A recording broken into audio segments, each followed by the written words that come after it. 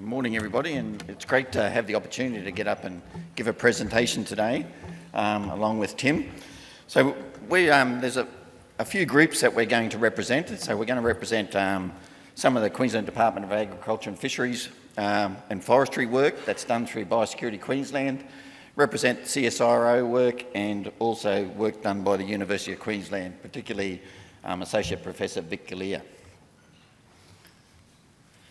I'll just give a little bit of context with weeds. A lot of you have probably had exposure to weeds in one way or another. In Northern Australia, I'd probably say there's probably 10 key weeds that are what we'd call established weeds. They've been around for a long time. They're probably having the biggest impact.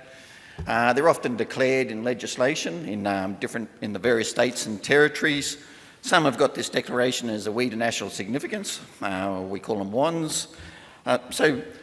While I say they're established, in some areas they're over large areas having impacts, but in some other areas they're still probably only in the early stages of invasion, or maybe not even be there at all. And a few examples we've put up on the wall there of some of the major ones are Bellyache bush, prickly acacia, and Parkinsonia. Prickly acacia is an interesting one, so it's very widespread in parts of Queensland, particularly the Mitchell grasslands. Scattered in the Northern Territory, and only one known infestation in West Australia. So when you compare it to its potential range, it's still got a fair way to go in some of those areas. Probably as big a concern, if not more of a concern, is that there's probably 50 or more weeds that you say are more emerging weeds that are on the increase in a lot of areas.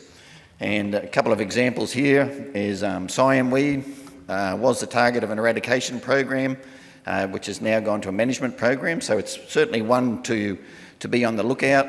I'd probably say if you wanted to know where it's going to occupy, something along the lines of lantana. It probably has a similar sort of potential range as lantana. Navua sedge is probably another localised one that's having impacts in the higher rainfall areas. Currently, most concern around the Atherton tablelands, but it had grown in a lot of similar areas. And then there's calotrope rubber bush, which you could probably say could be in the established range in some areas. So it's pretty widespread in places like the Gulf, moving through the Barkly tableland, but it's been in areas like the VRD for quite a while. So it's a bit of a mixture, emerging in some areas, established in others. One of the things with the established weeds, a key focus in the research that our groups are doing is finding effective biological control agents.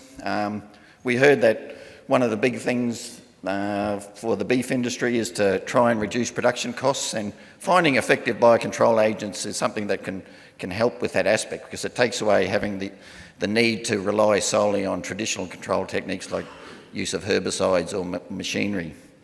Refining control options. I think for a lot of the weeds, those established weeds, we know how to kill them. We know a lot about their biology, ecology, but there are these times where we need to refine options, particularly as new techniques become available or particular situations arise. And a good example of that is prickly acacia, with a run of good wet seasons over the last 5 or so years in the Mitchell grasslands of Queensland. We've got this mass recruitment events occurring, and there's always stakeholders requesting new ways to control that seedling regrowth. Modelling is another area that really complements a lot of the work that we do, and Rix van Klinken, who's one of our CSIRO colleagues, has developed some new modelling techniques that are really interesting and incorporate a range of knowledge sources. Here's a couple of examples of refining control options. So I talked about prickly acacia. Trialling misters as a way of removing that, rather than overall foliar spraying, is a potential option for controlling a lot of that seedling regrowth. And splatter guns, the use of low volume, high concentration herbicide applications is showing promise in difficult to access areas like on hilly slopes. And that example there is Siam weed at the back of Townsville, where you've got really hilly areas and it's hard to get traditional spray machinery up there. The modelling that I mentioned, what we've traditionally done with modelling is we've either modelled at a national scale to work out where these weeds are going to go to, or we've modelled at at a local scale based on specific research findings, and all our research is often done at one or two sites, so it's really hard to extrapolate that to the broader context where these weeds grow, and this new technology that Rick's has been working on allows us to do that. And what he does is he utilises a range of sources of information. So we use distribution data, other models, researchers who have that site-specific data, spatial data, so there's a growing amount of spatial data available that we can utilise. But probably the two big inputs that we haven't traditionally used is actually getting farmer grazier information incorporated into those models, and also using our extension officers who are out there on the ground, be they grazing land management officers or beef or weed officers. There's a wealth of knowledge tied up in some of those people that can be put into these models. And the way that Rick's does that is he uses a group basis, gets people in the same room and works out what's the best way forward. And a good example is the Queensland Murray-Darling Committee has utilised Rick's to answer some questions that they wanted answered in their catchment. And some of the main ones was where to allocate effort. Do we just address squeaky wheel problems where people have raised issues, or do we look at it more strategically? What do we do where? Do we eradicate, contain, or do we just live with them? And where to direct extension effort, and what type of a message should we be extending? And a couple of examples of some of the output. When you use everybody's knowledge, Chilean needlegrass is an interesting one. It has been the target of an eradication program in southeast Queensland, but some of the work that came out of the group suggested that it's probably unrealistic in that area to eradicate it. There's no real natural barriers, which are always good in eradication programs to help, but there's not in this case. The impact may not be as serious as once considered, so that's based on looking at it in other areas, plus where it's already occurring in the Murray-Darling. And the risk can be reduced greatly by land management, such as good grazing practices and minimising slashing. So that just gives a bit of an idea of some of the info that they learnt from this modelling process. And here's another example with Parthenium. A lot of you will be familiar with Parthenium if you're in Queensland. Natural breaks, in this case, have slowed the spread through the Murray-Darling, but it's thought through this modelling approach that it's going to get there eventually. You can really slow it down, but you've got time to be prepared. And we know with something like Parthenium that grazing management plays a vital role. If you have good pasture, you're probably going to minimise the impacts on your production systems. And rapid response, when you do find outbreaks, get onto those quickly and you'll maximise your benefits. Parkinsonia is another one. It was an interesting one because it really showed that in that area, Parkinsonia has probably got very few suitable habitats. So it's going to be in specific areas. So it was able to pinpoint where you should look for it and just apply those precautionary principles again, try and squash those little outbreaks as they occur. This is another interesting area that's probably popped up in recent years. It's a woody weed dieback. So it's a phenomenon that's been identified for a lot of species. We normally think about biocontrol as going overseas and finding agents. This is a range of symptoms that have occurred based on largely on funguses that are already in Australia. And species that have been affected include Parkinsonia, prickly acacia, athelpine, blackberry, mimosa, to a lesser extent acacia farnesiana, which we call mimosa bush in Queensland, and Bellyache bush have also been showing symptoms of dieback. For most of those, it's these fungi that are causing the problem. For acacia farnesiana, we think there's a bacteria, mycoplasma, that might be playing a role there. So you get these full development of the disease sometimes triggered by stress, so it doesn't always show, and this is the tricky thing. Sometimes you need some sort of driver to actually to get the signs of this disease occurring. It could be insect damage, it could be droughts, or it could be extreme cold. It does occur in native plants, so you can see some dieback symptoms, but those plants don't seem to show the drastic effects of some of our exotic weeds that are in the country now. And CSIRO and the University of Queensland are working together to try and work out what are the causal agents. And that's just an example of prickly acacia dieback that's been occurring. It's quite specific. It only pops up every now and then. You don't see it all the time compared to something like Parkinsonia dieback, where it seems to be always ticking over in the background. We had an event, I think it was in 2007 or 2008, where large patches of prickly acacia died back, but other areas could be really healthy still. And how they investigate the disease is basically they go out and take lots of samples of this. They get them analysed, they screen them, they try and pick the most aggressive strains of the fungus, and then they evaluate them and see if they can get it to affect young plants first, and then take it out in the field and see if they can get it to establish on field populations. That's the type of damage that starts occurring. You get this necrosis on the plants, so they get these lesions. And once you can start showing those type of symptoms, then you try and work out techniques to get it to move through the population. And this is still in the early stages with prickly acacia, but Parkinsonia is a lot more advanced. And with Parkinsonia, we're at the stage now where Vic has actually formed a company, so it's called Bioherbicides Australia. And it won't be too long before he starts gearing up and actually producing little packages that they're basically capsules that you can inject into trees, and with the aim of it spreading through the population. So still a fair bit of research to be done before we get all the issues sorted out, but it's quite promising. And once he gets Parkinsonia worked out, he'll progress with CSIRO to looking at those other agents, those other weeds, and hopefully do something similar. Emerging weeds is an interesting one. Probably the big focus with emerging weeds is we have been testing biocontrol agents for some of our emerging weeds overseas.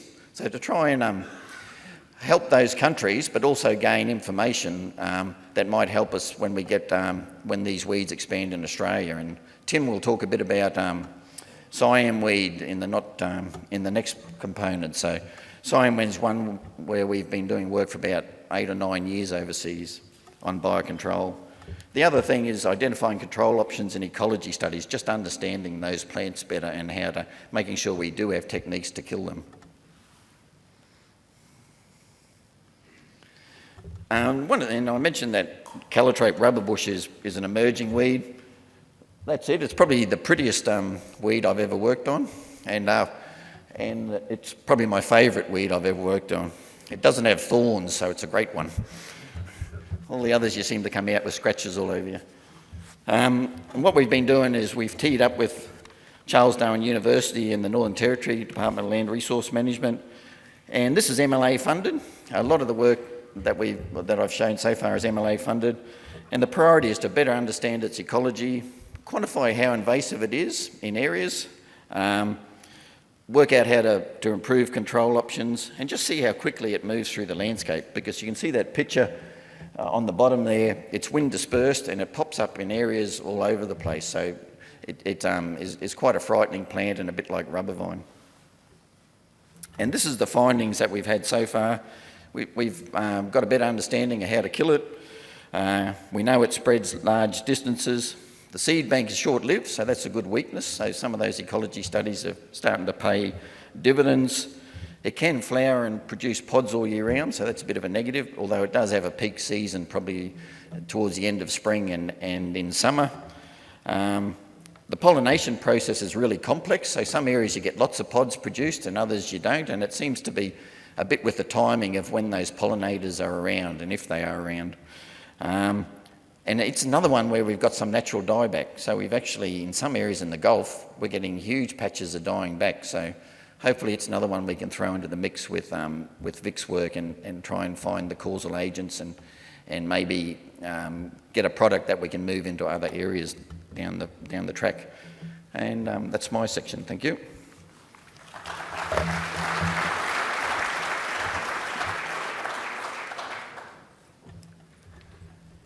Thanks very much for inviting me here to talk today. I'll be attempting to summarise today the recent research and progress in biological control of weeds, The approach I'll take is to divide projects into recent successful projects and failed projects. So we need to inject an appropriate dose of reality and discuss the projects that failed as well, and current projects for which we don't know whether we will succeed or not. So some successful targets in recent years. In Northern Australia, we can boast a number of very successful projects. I won't read all of these out, you can read them yourself. The point to make here is that not all of these projects are totally successful in the sense that they still do pop up as weeds in certain areas at certain times. So, you know, some of you who are combating weeds might not agree that all of these are successful projects, but for all of these particular weed targets, we have introduced agents that impose a great enough stress on the plant that it really reduces the competitive ability of the plant, the invasiveness, the rates of spread of the plant, to the extent that they have been deemed successful. Just as an illustration of one successful project, just to let you know just what a successful project might look like, I'll use rubber vine. Rubber vine, native of Madagascar, it has a number of negative impacts on the grazing industries. You can see a particularly nasty infestation of rubber vine overgrowing that vegetation in that riparian habitat there. A rust pathogen was introduced against rubber vine from Madagascar in 1995. It severely infected leaves of this plant. Those leaves you can see have a yellow underside. That's the fruiting bodies, the sporulating bodies of the rust. Those leaves will senesce and fall off the plant. As a result of the damage of that rust, there's a greatly reduced abundance of that plant, and those plants pretty much don't reproduce. There's almost been a total arrest of reproductive capacity of those plants, so we're not seeing the sort of spread that we used to see with rubber vine. And you can see there that's an enormously successful project in terms of a cost-benefit analysis. The other point to make here about rubber vine, and this point applies to many successful biocontrol projects, is that those agents that we introduce that have that negative impact on the plant integrate very well with other control methods. So, for example, the rust works very well with fire as a management tool for this weed. So the leaf loss that's caused by this plant allows an understory of grass to grow in rubber vine infestations. That provides fuel for fires, which then can be used to burn those plants which are susceptible to fire. So those before and after images there show the conversion of a jungle of rubber vine to a productive pasture in only 2 years. So our dose of reality, we do have projects that have failed and we've basically given up on most of these weeds. So the top few weeds there, we failed to find successful biological control agents. So despite significant efforts in the native range of these plants to identify organisms that were suitable, effective and safe to release in Australia, we were not able to identify any. In the case of the last example, lantana, we were able to find a large number of agents. In fact, there have been more agents released against this plant than any other weed in Australia over very many years. I think it might be coming up for its centenary fairly soon of the first agent being introduced against this plant. But despite that large effort over a very long time, obviously lantana is still a major problem and you would have to consider it a failed project. So our current areas of research, there's currently activity against these 4 targets. I'll quickly cover each one of these. So Parkinsonia, Shane mentioned the Parkinsonia and its negative impacts and the need for biocontrol given that it's so extensive over such a large amount of land of such low value. So the first thing is to go to the native range and identify those biological control agents. So here was a Mexican team that we had working for us for some time, looking for agents on Parkinsonia in that part of the world. It's necessary to carefully curate all of those specimens that are collected from the plant, to database them, to capture the huge amounts of information that you get on the sites, on the insects that you collect, who identified them, the species names, etc. So in the case of Parkinsonia, we actually identified nearly 400 insect species feeding on that plant in the native range. But then you need to prioritise those agents. You need to get it down to a small number, and we consider a number of factors in order to prioritise those agents, especially things such as host specificity to make sure that those agents are safe to release, and also damage to the plant. We have to be confident that these agents, once released, are going to become abundant and inflict a lot of damage on those plants. One of the ways that we test host specificity is in the native range. So this shows some open field testing in Mexico. So on the right-hand side, we have Parkinsonia. We've found some agents there, and we're breeding those agents out for identification. On the left-hand side, we have another related legume species growing in the same area. So we also look at natural enemies that are breeding on that plant and have those identified to try and determine patterns of natural host plant use by these agents as an indication of their specificity. That specificity also has to be tested in quarantine conditions in Australia, and the reason for that is that we're particularly keen to know whether these agents are going to have an impact on our native flora. You can't take that native flora overseas to test it. You have to bring the flora and those insects together into a secure Australian quarantine facility and do the testing here. So as I mentioned, we had 10,000 species on specimens collected on Parkinsonia, about nearly 400 species. But in fact, after a process of nearly a decade of eliminating all the unsuitable species, we found that we were left with only 2 after that huge effort. And here they are, 2 Parkinsonia lupers with such inelegant names that we've decided to nickname them Eueupithecia cisplatensis as UU and Eueupithecia species 2 as U2, much easier. The first species is along the top row there, very similar looking to the second species, and it's the immature stages of this insect that do the damage. They're leaf feeders. They feed voraciously on the leaves of Parkinsonia, remove the photosynthetic capacity of that plant, reduce its general vigour, reproductive output, root growth, etc., make them more susceptible to drought, etc. So we're hoping that these agents will do that job upon release. The interesting thing about these 2 agents, why would we bother with 2 when we've got 2, one may do the job? Well, it turns out that in the native range, they have very different distributions.